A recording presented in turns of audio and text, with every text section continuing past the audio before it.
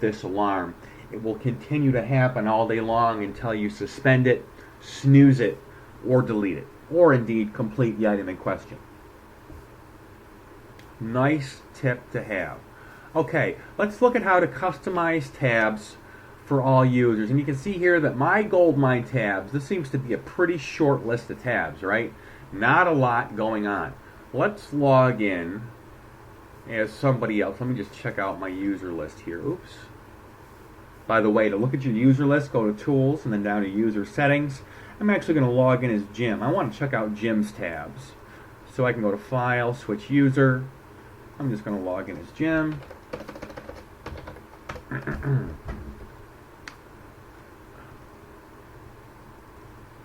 So we can see here that Jim actually has a different set of tabs available to him. Now what I want to show you is that it's easy for us to add and remove tabs from this tab strip. The way we do this is we actually click on this little arrow here, and then we go down to Customize, and then we're actually able to check the boxes to enable tabs. And then I'm able to add a couple more tabs. But however, it looks like I'm missing a couple of tabs here. And the reason for that is because one of the master users, being myself, has opted to customize tab labels globally. So let's log back in as a master user. And in our case, that could be yourselves if you are a master user, or in fact the master account. Oop.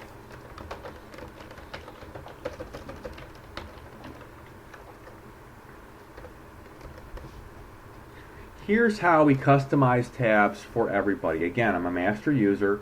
I go into here and I go down to Customize. Oops, get rid of my alert there. Now what we're able to do here is I actually enable or disable customizing tabs globally. So what we're able to do here, if we have this enabled, we're able to turn tabs on and off for every user in GoldMine.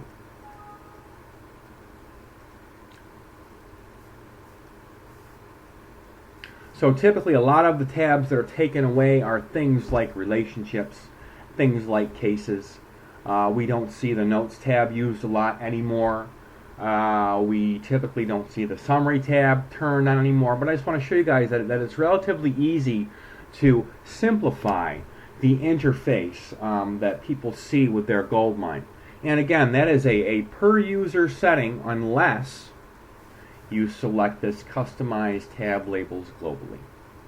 Another thing which you can do to alleviate the anxiety of new GoldMine users is you can actually remove menu items from this top level menu. The way you do that is you go into your users list, your user settings here under Tools, and you can actually go into any user.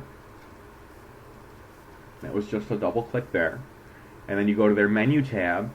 And what you're actually able to do here is turn items on and off. If they're green, they're on. If they're red, they're off. So we typically like to take away a lot of the sharp tools away from new users, things like automated processes perhaps, things like the import-export wizard, which is found under File, right here. And again, it's all turned off. That's good. So we're actually able to explicitly edit the menu items, in this case for Jim. Now, if I want to deploy the same menu items to, say, Bob, do I have to go into Bob's user and turn all of his items off again? No. What you're actually able to do is once I'm happy with Jim's menu here, I can save his menu template by clicking the Save button here, and we're going to select this as Jim's end user template. So what I'm able to do now is back out and open up another user and go to his menu tab and easily select Jim's end user template. And that will affect all of the same menu item removals that we did for Jim. Really nice way to make new users perhaps feel a little more comfortable with the interface. Obviously GoldMine out of the box throws about 1,000 things at you, and I can tell you from experience that we have no one client that uses any more than roughly 75% of their GoldMine menu items, and that would be a high number. So at any rate, you are able to remove those menu items to make it a little easier on the GoldMine user in question. Let's move on to our last item, using filters and groups in the Search Center. This is actually something that has been around for a while. I believe it was available in GoldMine 7.0 and up, the current version now being 9. And this is an excellent way to actually use your filters and groups for something useful. Now I say that kind of tongue-in-cheek because filters and groups are useful as they are. But the question I get from people a lot is, Justin, if I've gone ahead and I've created this beautiful filter here for my prospects, let's imagine, and I have this prospects filter and I can easily count that. I can see that if I right-click and count, there are 8 records in my database that belong to that prospects filter. Okay, great. Now I want to see who those people are. A couple of different ways to do that. A lot of people will actually right-click and activate their filter. And what an activated filter does for you is, now that my filter is activated, you can always see that here. Now if I hit page up and page down, I'm only going to be able to page up and page down through my, in this case, my prospects, because my prospect filter is enabled. To be honest with you guys, I don't see why this is useful. It's hardly ever I see people paging through their databases. I'm going to go ahead and release this. Another way to see who's involved with this prospects filter will be to actually select our filter and go to the preview pane and select Search All. And what that does is that allows us to see the company name and the contact name for all of the prospects in this case. You'll notice here as I singly click on items that my background contact record is navigating to those records. Okay, well that's great. I can kind of see who they are, but can I do anything? Good Lord, a right click doesn't even do anything. When is the last time you saw that? A right click be completely unresponsive. So all I want to do is, let's imagine I just want to get a list. I want a list of my prospects. How hard could this possibly be? Well, we can't really do it from our preview pane. We can't do it by activating our filter. Could we activate our filter and run a GoldMine report? Well, I guess we probably could. But there is an excellent way to do this without having to screw around with any of that stuff. And it all happens from your Search Center. So let's go ahead and bring up our Search Center here. Okay, so this is where we search for contact records. You all should be very familiar with this tab, the Contact Search Center. What I want to show you here is that this Filters and Groups button here, which you probably never clicked before, you can click that, and what that does is that gives you the ability to see all of your filters here, and even better, as you might imagine, if I double click on my prospects filter here, it is going to apply that filter in my Search Center. I'll explain this box a little bit in a moment. I'm just going to click no for now. So what we're seeing here are the 8 records that belong to my prospect filter. Now, what's ultra cool about seeing this in my Search Center?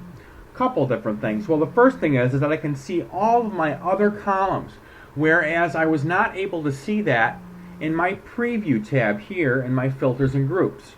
So, and certainly, you're always able to customize what columns are available here by clicking on the Columns button here and going to Column Selection and adding columns from the left to the right hand side. Oh, let me go back.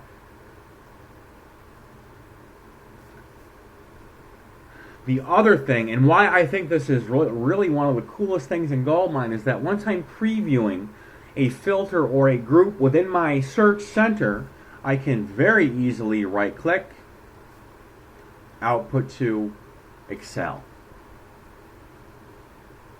I know of absolutely no easier way to export a filter or a group list of contacts.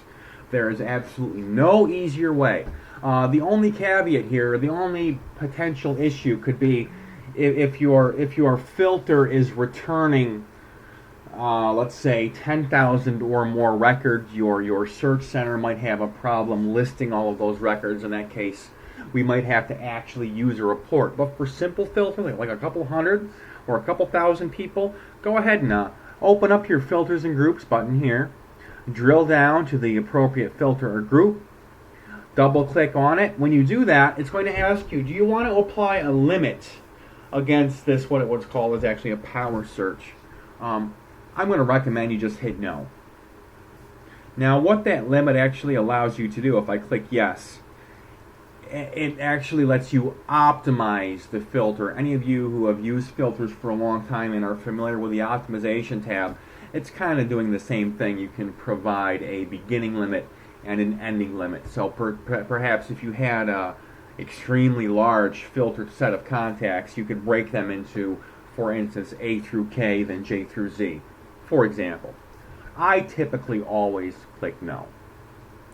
The other thing I want to show you guys is that once you're previewing a filter or a group within your search center, now if I go back to my contact record, if I go to search for somebody else, well, let's search for,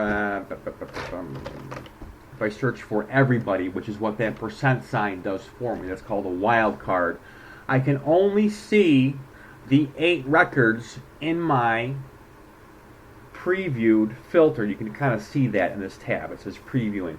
So just to reiterate, that previewed search tab will stay filtered until I close my search tab and reopen it. Now it's back to normal.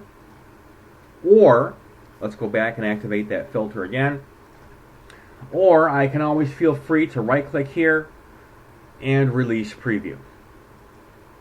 And that is going to just about do it for us today for our GoldMine Tips and Tricks webinar. I will invite you all to please email me at justin@marksgroup.net. I'm always interested to hear what kind of challenges you might be having with your GoldMine and your business.